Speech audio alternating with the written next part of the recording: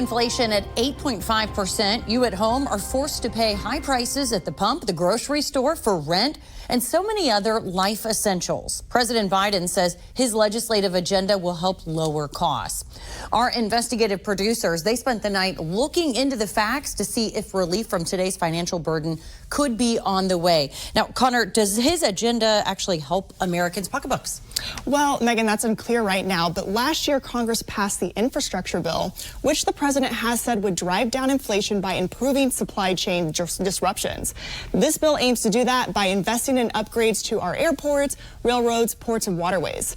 Democrats also say Build Back Better would lower inflation by investing in affordable housing and lowering health care costs, but for now, it doesn't seem like that bill's going to pass. All right, and Janae, what does this timeline look like? So former Treasury Secretary Larry Summers said over the long term, the president's infrastructure bill is going to increase the capacity of the economy. So if the infrastructure law holds up to its promise, it could take some time. Well, does everyone agree that this is the solution? Well, even though it had bipartisan support, many Republican lawmakers say that this is just a socialist wish list that adds too much to our debt.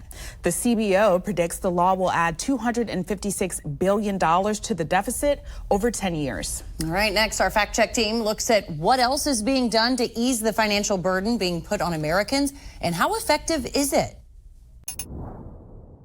With rising inflation rates, you're feeling those high prices at every turn. We wanted to know if there's an immediate solution to provide relief for American families and their budgets. Our investigative producers have been digging into this. Janae, we'll start with you. What are the experts saying? So former Treasury Secretary Larry Summers predicted the inflation we're experiencing and is now forecasting the possibility of a recession next year. Now, he said if we are fortunate enough to have rapid adjustments in commodity prices and other bottlenecks, we could potentially avoid a worse financial situation.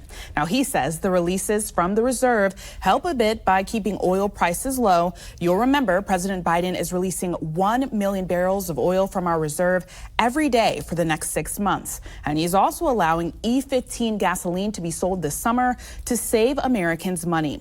Now, Summers says we also need to be looking at reduced taxes on imported goods, looking at immigration to address our labor shortage, and increasing the country's revenue by taxing corporations.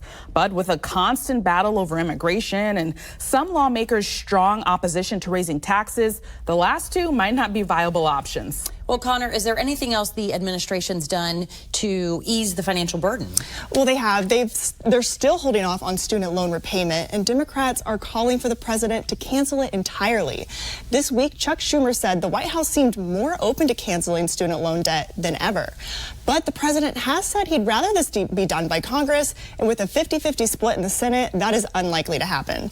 Supporters of this idea think it would boost the economy by adding up to $108 billion a year on average to GDP.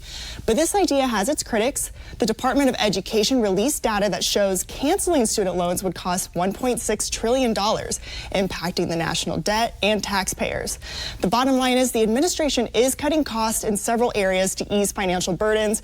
However, none of them are a quick fix for inflation. All right, the fact check team will continue to follow developments on these and other issues. You can also read this story with links on where these two found their information. It's all on our website. Just go to thenationaldesk.com.